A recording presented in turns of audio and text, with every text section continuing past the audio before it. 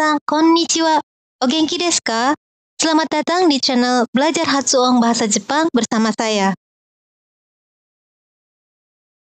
Di sini, saya akan membahas berbagai materi mengenai pembelajaran Hatsuong atau lafal bahasa Jepang.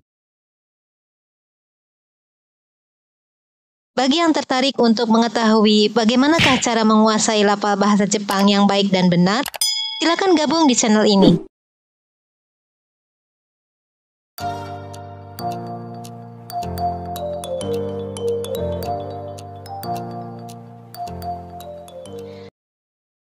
Pada kesempatan kali ini, saya akan membahas mengenai aksen bahasa Jepang. Apabila melihat kedua kata ini, kita melihatnya sama karena ditulis dengan menggunakan huruf hiragana. Tetapi, apabila ditulis dengan huruf kanji, maka ini adalah dua kata yang berbeda. Yang satu berarti hujan, dan yang satunya lagi berarti permen. Nah, dengan menggunakan huruf kanji ini, kita bisa melihat perbedaannya. Sekarang bagaimana kalau dalam konteks percakapan? Bagaimana cara membedakan dua kata ini? Maka kita akan berbicara mengenai aksen. Nah, untuk yang berarti hujan, kita ucapkan A dengan nada tinggi dan M dengan nada rendah. Sedangkan untuk yang permen, A dengan nada rendah dan M dengan nada tinggi. Jadi untuk hujan, kita ucapkan ame. Sedangkan untuk permen, kita ucapkan ame. Ame. Ame. Berbeda ya? Nah, ada contoh lain misalnya percakapan seperti ini ya. Zehi asobi ni kite kudasai. Nah, kemudian ditanggapi dengan hai, itsuka ikimasu. Nah, apabila minasang mengatakan itsuka, maka di situ artinya adalah tanggal 5. Karena tanggal 5 diucapkan dengan nada i rendah ya. Itsuka seperti itu. Sedangkan kalau yang dimaksud dengan minasang adalah kapan-kapan seperti itu ya jawabannya. Minasang harusnya mengatakan itsuka. Jadi i dengan nada tinggi.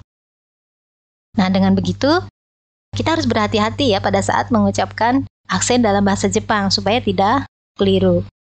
Dengan melihat kedua contoh tadi, maka dapat kita lihat bahwa aksen bahasa Jepang juga bisa membedakan arti. Nah, selain bisa membedakan arti, aksen bahasa Jepang juga sangat berpengaruh terhadap kealamiahan berbicara. Jadi, pada saat berbicara, itu sangat penting sekali untuk menggunakan aksen dalam bahasa Jepang ini. Nah, apakah itu aksen? Dapat dikatakan bahwa aksen merupakan tinggi rendah atau kuat lemahnya nada yang ada dalam tataran kata yang telah baku dalam suatu bahasa. Jadi ini merupakan suatu ketetapan yang ada di dalam sebuah bahasa. Nah, aksen secara umum itu dibagi dua, yaitu stress aksen dan pitch aksen. Stress aksen sesuai dengan namanya itu berdasarkan stres ya atau tekanan. Sedangkan pitch itu berdasarkan kepada tinggi rendah. Nah, selain stress aksen dan pitch aksen, ini ada pembicaraan lain mengenai tone istilahnya. Nah, ada yang mengatakan bahwa tone ini merupakan bagian dari pitch ya, tinggi rendah. Tapi ada yang membahasnya secara terpisah. Kenapa? Karena tinggi rendah nada yang dikenakan itu tidak hanya pada tataran kata, tetapi juga pada suku kata. Oke, kita lihat satu persatu ya. Jadi misalnya, tadi ada stress aksen di sini, atau dalam bahasa Jepangnya, kyosei aksento. Ini contohnya dalam bahasa Inggris. Nah, misalnya untuk kata import, di sini saja ya ada kata, bisa berarti kata benda dan bisa berarti kata kerja kalau diucapkan dengan stres yang berbeda. Nah, ini silakan minasang mungkin sudah mempelajari bahasa Inggris, bisa dilihat di situ ya bagaimana aksennya. Tidak akan saya bahas di sini. Nah, kemudian untuk pitch aksen atau dikenal dengan takasa aksento, ini contohnya bahasa Jepang.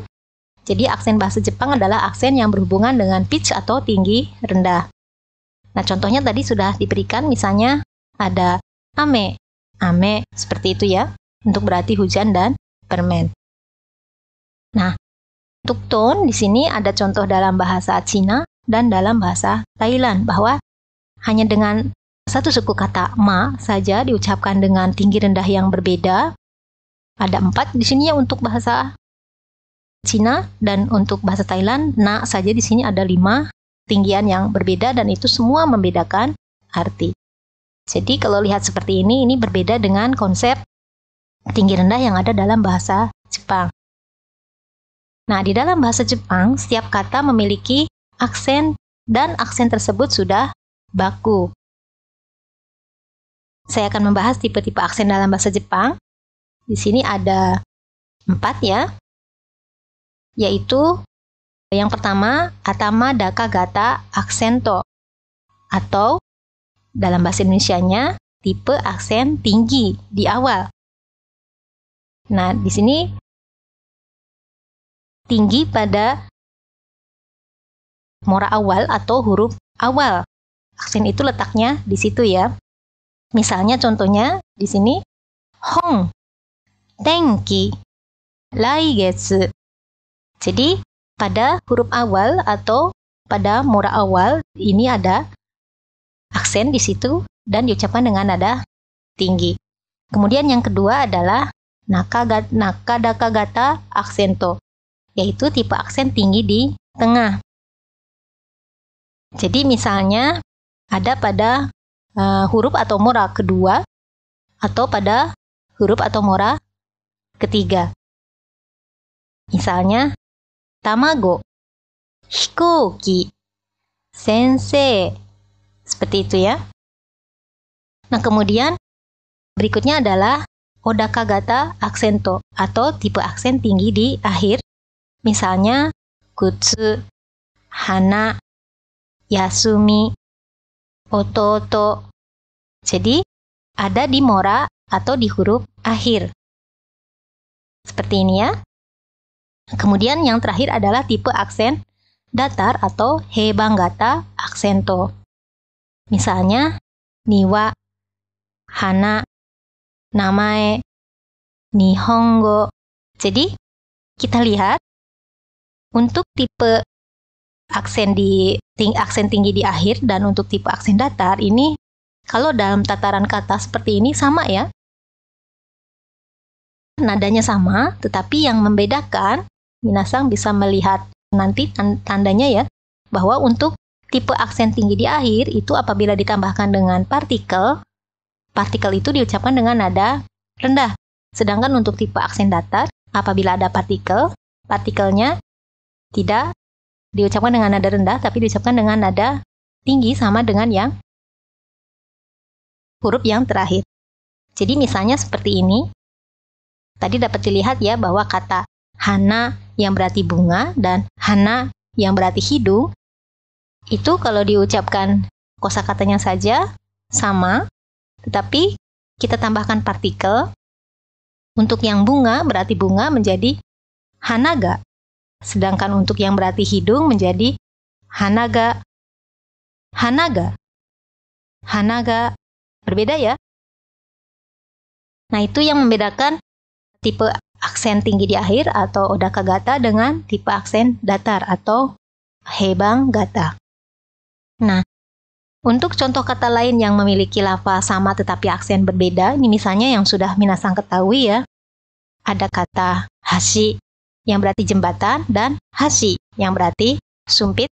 Kemudian ada lagi misalnya minasang berhitung ya. 1, 2, 3 seperti itu. Nah, untuk angka 1 itu diucapkan ichi. Sedangkan apabila minasang mengatakan ichi, itu artinya lokasi ya. Jadi berbeda. Nah, di sini hati-hati ya minasang pada saat mengucapkan bisa memiliki arti yang berbeda. Nah, tadi minasang bisa melihat bahwa untuk menandai aksen itu diberikan tanda garis, mendatar, naik, atau turun, seperti itu ya. Itu biasanya ada pada buku-buku yang lama, sedangkan untuk yang buku pembelajaran Hatsuong yang sekarang ini, penulisan penanda aksen itu sudah berubah, jadi seperti ini ya, dibuat menjadi lebih simple. Jadi misalnya di sini, untuk yang aksen berada di tinggi di awal ya, atau atama daka gata, di sini minasang lihat penanda aksennya letaknya di huruf atau mora awal. Nah, sedangkan untuk yang tinggi di tengah, nakada kagata itu penandanya ada di huruf kedua atau ketiga. Di sini misalnya di contoh yang kedua. Nah, setelah ada penanda aksen seperti ini, maka mora atau huruf berikutnya itu nadanya turun. Nah, dengan demikian di sini minasan lihat untuk yang aksen datar, di sini tidak ada penanda aksen, makanya di sini tidak ada nada yang turun. Nah, kemudian untuk penulisan dengan menggunakan huruf Latin, maka huruf yang ada penanda aksennya di situ ya, huruf yang memiliki aksen di situ ditandai dengan huruf kapital, huruf besar seperti ini. Sini ya, asa seperti itu, a-nya jadi besar huruf kapital.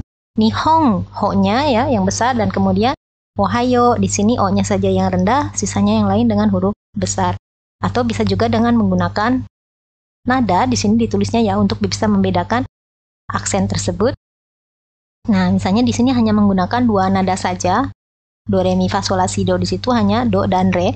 Jadi untuk asa dilihat di sini re, do. Seperti itu ya. Nihong, do, re, do. Kemudian ohayo, do, re, re, re. Nah, seperti itu. Jadi penulisan aksen di beberapa buku itu berbeda ya. Nah, kemudian di sini aksen dan intonasi itu dalam kalimat tidak dapat dipisahkan satu sama lain karena aksen merupakan tinggi rendah nada dalam tataran kata, sedangkan intonasi merupakan tinggi rendah nada dalam tataran frase atau kalimat. Nah, dalam pembelajaran Hatsuong, maka ada beberapa tanda yang harus diperhatikan. Ini misalnya saya ambil dari bukunya Nakagawa Sensei ya. Dalamnya di sini ada seperti ini, bahwa ada penanda aksen seperti yang tadi sudah saya katakan ya, seperti ini. Kemudian ada penanda intonasi atau kurva intonasi seperti ini ya. Seperti huruf he dalam hiragana di sini ya. Kemudian ada juga pembatas klausa atau kugirimaku di sini yang ditandai dengan garis miring atau dikenal juga dengan istilah slash reading ya, slash tanda garis miring seperti ini ya. Dan di akhir kalimat di sini ada slashnya 2 ya. Tetapi ini boleh digunakan atau tidak karena dalam penjedaan tanda titik ini sudah termasuk dalam penjedaan tersebut. Jadi tanpa ada tanda garis miring pun tidak masalah. Nah, di sini misalnya contoh aksen yang ada di dalam kalimat ya. Jadi aksen dan intonasi di sini dilihat dalam satu kalimat. Jadi tidak bisa dipisahkan satu sama lain. Misalnya untuk atama da kagata aksento, misalnya di sini ya. Minasang lihatnya di kosakata kata benda saja. Di sini ada di awal letaknya, sedangkan untuk kata kerja di sini ini ada rumusnya sendiri ya. Jadi bentuk mas di sini aksen biasanya terletak di mora yang kedua ya. Jadi ini untuk yang tipe aksen untuk tinggi di awal ini diabaikan saja untuk yang kata kerja ini. Jadi kita melihat di kata bendanya.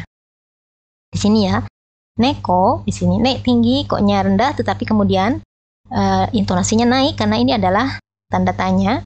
Ini mengenai intonasi juga akan saya bahas secara terpisah di video tutorial yang lain. Jadi neko mimashita ka, seperti itu ya.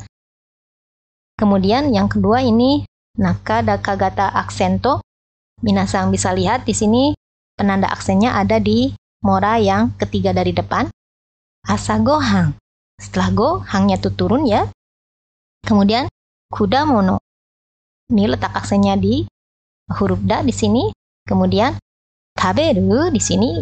Ini untuk kata kerja memang di seperti ini ya, di tengah aksennya. Kemudian belakangnya naik karena ini juga nada atau intonasi untuk bertanya. Jadi ini asagohang nih, kudamono taberu, seperti itu.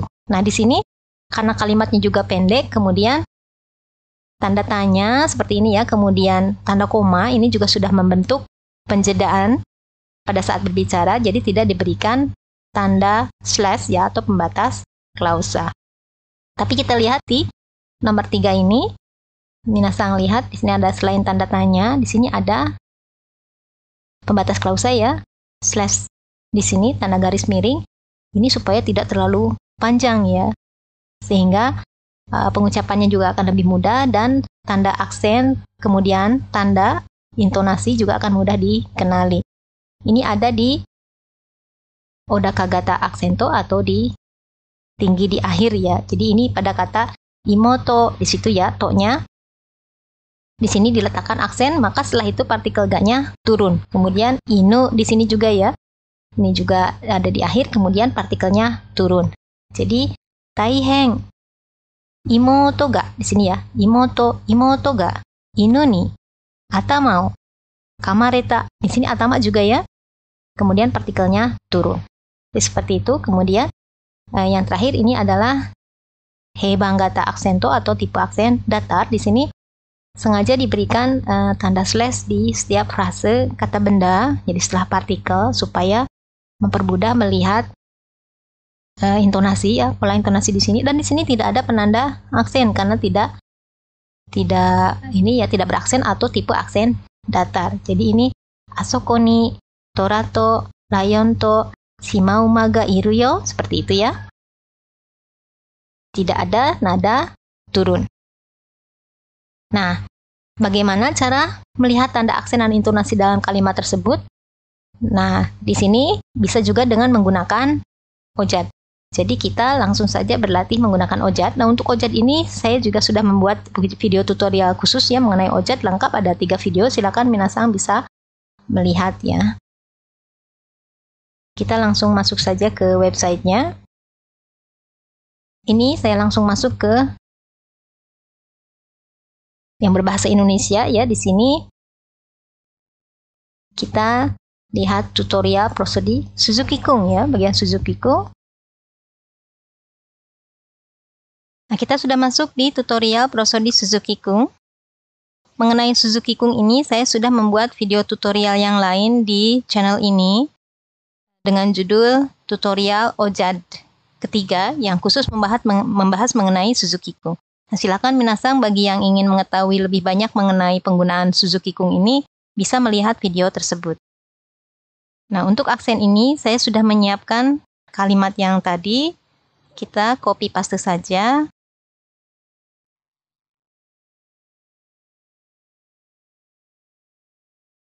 Seperti ini, kemudian langsung analisis saja.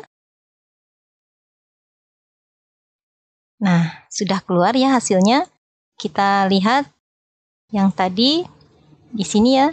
Nah, di sini terpisah antara neko seperti ini ya dengan yang berikutnya. Kalau di sini bersatu ini sama saja ya. Ini ojat langsung otomatis memisahkannya. Tetapi kalau lihat ini ya, kita lihat penanda aksennya ini sama ya. Minasang bisa lihat sama. Juga penanda intonasinya seperti ini juga sama. Di yang kedua juga ya, tipe aksen tinggi di tengah juga di sini minasang bisa lihat. Ini sama ya, letaknya di go di sini, kemudian letaknya di da di sini. Kemudian untuk yang tipe aksen yang tinggi di akhir juga kita lihat di sini di to ya, kemudian di inu di sini, kemudian atama di sini ya sama. Dan untuk yang tipe datar di sini juga sama, minasang lihat. Tetapi mungkin minasang di sini lihat ada sedikit perbedaan ya. Nah, di sini untuk yo, partikel yo ini fungsinya berbeda ya, ada beberapa. Nah, di sini yo-nya dibuat rendah, ojat ini langsung menganalisis ke situ. Nah, sedangkan di sini tinggi, yo seperti itu ya. Nah, ojat ini tidak, karena mesin ya, belum sampai bisa mengungkapkan emosi atau ekspresi dari yang diucapkan si pembicara. Jadi di sini, yo di sini belum bisa untuk diubah ke hatsuong yang nada naik. Jadi memang seperti membaca seadanya saja ya. Jadi seperti ini. Kita biarkan saja ya. Kita lihat saja. Ini kemudian saya lebih suka F2. Kita buat. Kemudian kita putar. Neko? Neko o mimashita ka? Asa gohan ni kudamono o taberu? Taihen. Imouto ga inu ni atama o kamareta. Asoko ni tora to laion to shimauma ga iru yo. Oke. Nah, di sini tapi bisa diperbaiki, minasang, kalau misalnya ingin dibuat datar ya, seperti ini. Tetapi ya seperti yang saya bilang tadi, untuk yo di sini tidak Ojat belum bisa ya untuk memberikan nada naik ya di sini. Jadi ini termasuk ekspresi dari si pembicara. Ojat belum bisa untuk melakukan itu. Nah, kita buat lagi, coba. Kita putar. 猫を見ましたか？朝ごはんに果物を食べる？大変。妹が犬に頭を噛まれた。あそこに虎とライオンとシマウマがいるよ。 Oke, jadi seperti itu ya kalau kita berlatih dengan menggunakan ojat ini dari kalimat yang tadi. Nah, sekarang kalau misalnya bukan kalimat, saya akan memperlihatkan yang sudah kita bahas sebelumnya, yaitu kosakata ya, untuk menentukan ini aksen yang tipe mana, seperti itu. Kita coba di sini, lihat menggunakan ojat. Ini kita langsung analisis. Seperti ini ya. Minasang tadi mungkin sudah lihat. Ini ya, untuk di sini hong, tenki, laiketsu. Ini ya untuk yang tipe aksen tinggi di awal atau atama daka gata. Nah, kemudian ini untuk yang tipe aksen tinggi di tengah, tipe aksen tinggi di akhir, dan ini tipe aksen yang datar ya. Nah, di sini minasang bisa lihat seperti yang tadi sudah saya sampaikan bahwa tipe aksen tinggi di akhir dan tipe datar ini sama ya kalau misalnya hanya dalam kosakata saja. Dilihat dari kosakata saja tidak ada bedanya. Kita dengarkan, kita buat, ini juga bisa di bawah ya. Saya buat F2 saja. 本、天気、来月、卵、飛行機、先生、靴、花、休み、弟、庭、花、名前、日本語。 Hai, seperti itu. Kita lihat sama ya, seperti ini. Nah, di sini minasang bisa melihat kalau untuk tipe intonasi itu seperti huruf he dalam hiragana atau katakana seperti ini ya. Jadi meskipun dia tingginya di awal, di sini kita lihat ya sudah dalam posisi tinggi seperti itu ya, tapi kemudian turun. Nah, untuk tinggi di tengah, kita lihat start dari posisi rendah seperti ini, kemudian naik dan turun seperti itu. Hanya untuk yang tinggi di akhir dan tidak beraksen atau aksen datar ini, kita start dari nada rendah kemudian tidak turun lagi ya. Pada tingkat kosakata saja ini tidak turun lagi. Tapi kita lihat apabila misalnya ditambahkan partikel seperti yang sudah saya sampaikan sebelumnya. Nah, di sini saya sudah menyiapkan juga yang dalam bentuk partikelnya. Kita copy paste lagi.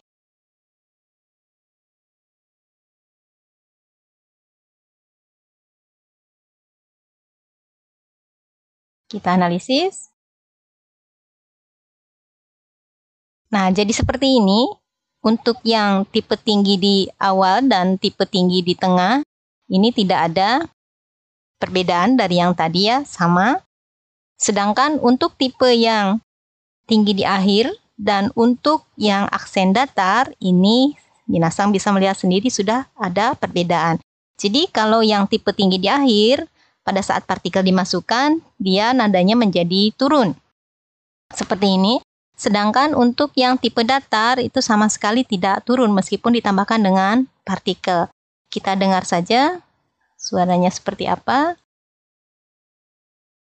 Kita putar.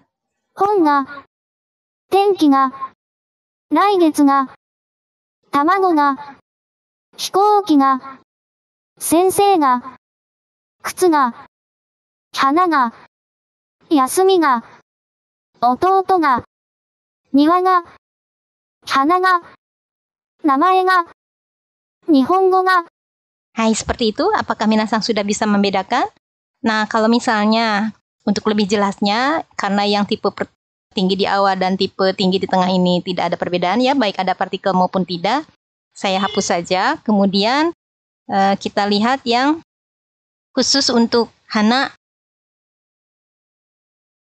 Untuk kata hana saja, saya akan perlihatkan di sini.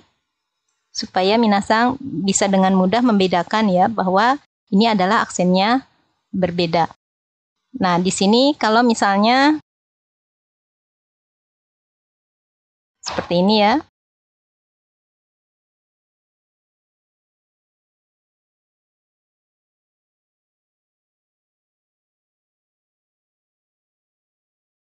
Nah, yang satu saya tidak pakai Kanga, yang satu pakai Kanga, kita analisis lagi. Nah, minasang akan melihat seperti ini. Jadi, kalau hana untuk yang berarti bunga ditambahkan dengan partikel, dia partikelnya turun, sedangkan untuk hana yang berarti hidung, dia tidak turun. Kita dengarkan bedanya. Hana, hana ga, hana, hana ga. Oke, jadi seperti itu ya. Jadi berbeda untuk yang tipe tinggi di akhir dan tipe aksen datar pada saat diberikan partikel atau ada kosakata yang lain ya. Nah, dengan begitu minasang saat untuk kesempatan kali ini sudah belajar mengenai aksen bahasa Jepang. Silakan minasang ikuti kembali video tutorial yang lain di channel ini. Sekian untuk hari ini. Terima kasih. Minasang, do deshita ka? Mudah bukan?